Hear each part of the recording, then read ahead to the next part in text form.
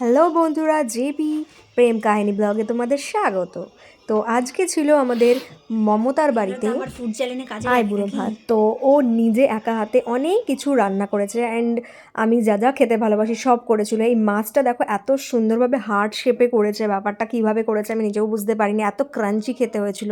তার মধ্যে কাবাব ছিল, আরও অনেক কিছু, মাটন, চিংড়ি মাছ, আরও অনেক কিছু, মানে যা যা আমরা খেতে ভালোবাসি সমস্ত কিছু মেয়েটা করেছিল। তাও একা হাতে রান্না করেছে, যেটা আমার কাছে খুব স্পেশাল ব্যাপারটা।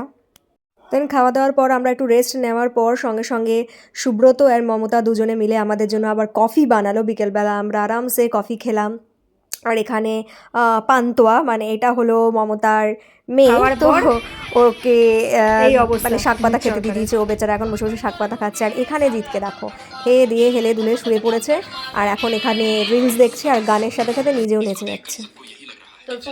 আর এখানে আমাদের কফি রেডি হয়ে গেছে, আর খুব টেস্টি একটা কফি। আইবুড়ো ভাত খেয়ে যখন সবাই পাগল হয়ে যায়, একতারা আমাদের এখানে এখন গানের আসর বসেছে। এই হচ্ছে আমাদের ঝুনঝুনি আলা সুব্রত পাল, এই হচ্ছে আমাদের ছোট একতারা আলা জিৎ সরকার, আর এই যে কিছু একটা আওয়াজ হচ্ছে, গাইস মন দিয়ে শুনুন।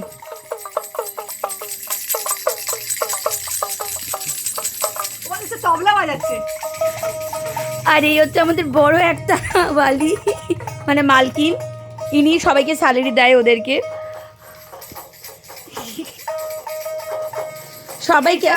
এইটা এটা রবীন্দ্রনাথ ঠাকুর, এটা গিফটে পেয়েছি। হ্যাঁ, গিফট পেয়ে ভুলভাল কিন্তু মুখ থেকে বেরিয়ে যাবে, তারপরে ভাইরাল দূরের কথা কেস হয়ে গেছে আমার উপরে। সবাই সাডেনলি বাদ্যযন্ত্র আলা হয়ে গেছে।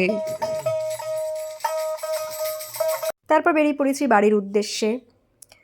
তারপরে আমরা রাস্তা দিয়ে আস্তে আস্তে লেক টাউনের ওই জায়গাটা এত সুন্দর সাজিয়েছে। কে বলেছে যে ক্রিসমাস আর নিউ ইয়ারে শুধু বিদেশে এরকম এত লাইটিং হয়? কলকাতায় লাইটিংকে কেউ হার মানাতে পারবে না, তো সেটা পার্ক স্ট্রিট হোক বা আমাদের যে কোনো এরিয়ায় হোক। তো এইটা ছিল আমাদের লেক টাউনের দিকে, খুবই সুন্দর লাগছিল। তো আমি তো এটাকে ভিডিও ক্যাপচার না করে আমি কিছুতেই আমার ফোনটাকে রাখতে পারছিলাম না। তো আমার তো খুবই ভালো লাগছিল। ইনফ্যাক্ট আমি যে ভিডিও করব সেটাও আমার মাথায় এক মুহূর্তের জন্য আসেনি। জিৎ আমাকে বললো, কী রে তুই ভিডিও করছিস না, দেখ এত সুন্দর লাইটিং। দেন আমি আবার ভিডিও করা স্টার্ট করলাম। তো ভিডিও করতে তারপরে যখন জিৎ আমাকে আমার বাড়ির কাছাকাছি ছাড়তে আসে, তখন একটা অদ্ভুত জিনিস হলো। আমাদের আফটার 9 ইয়ার্স রিলেশনশিপ, তারপর আমরা বিয়ে করার ডিসিশন নিলাম। তো হঠাৎ করে আজকে জিৎ খুব ইমোশনাল হয়ে পড়েছিল, খুবই। আর ওর মানে সাধারণত ওর চোখ থেকে কখনো জল আসে না। ও বলছে, আমি এখনও বিশ্বাস করতে পারছি না, আজ থেকে 1 মাস পর আমরা বিয়ে করছি। আর ফাইনালি আমাদের অনেক মানে ফ্যামিলির দিক থেকে অনেক ওঠানামা অনেক কিছু এসছে। তো আমি আগের ভিডিওতেও বলেছি, যেহেতু আমি একজন ব্রাহ্মণ বাড়ির মেয়ে আর নন বেঙ্গলি, আর জিৎ বাঙালি অব্রাহ্মণ, তো ওইটা নিয়ে একটু অনেক প্রবলেম ছিল।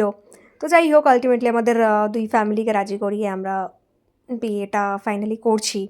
যাই হোক, আপনাদেরও শুভ কামনা আমাদের খুবই দরকার। তো আপনারা একটু উইশ করবেন যাতে আমরা এইভাবেই ভালো থাকি, আর হাসি মজা আনন্দ সব কিছু যেন নিয়ে আমরা যেন খুবই ভালো থাকি, আর একের অপরের এভাবে হাত ধরে থাকি। আর আজকে আর একটা অদ্ভুত জিনিস হলো, যেটা কি হলো, জিৎ হঠাৎ করে খুব ইমোশনাল হয়ে পড়েছে, কারণ ও সত্যি বিশ্বাস করতে পারছে না বেচারা যে আমাদের ফাইনালি আমরা বিয়ে করছি আফটার 9 ইয়ার্স রিলেশনশিপ, আর 1 মাস বাকি আমাদের বিয়ের।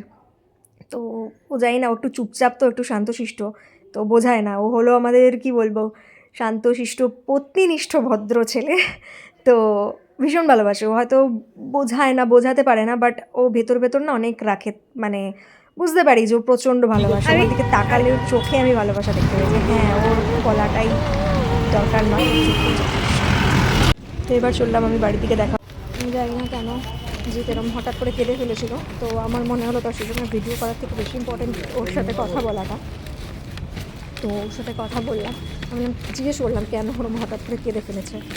তো আমি বুঝতে পারলাম, ও বললে পরে আমারও চোখে জল এসে গেছে যে 9 বছর ধরে আমরা রিলেশনে, আমাদের ওর সাথে অনেক ওঠানামা দেখেছি, অনেক খারাপ সময় দেখেছি।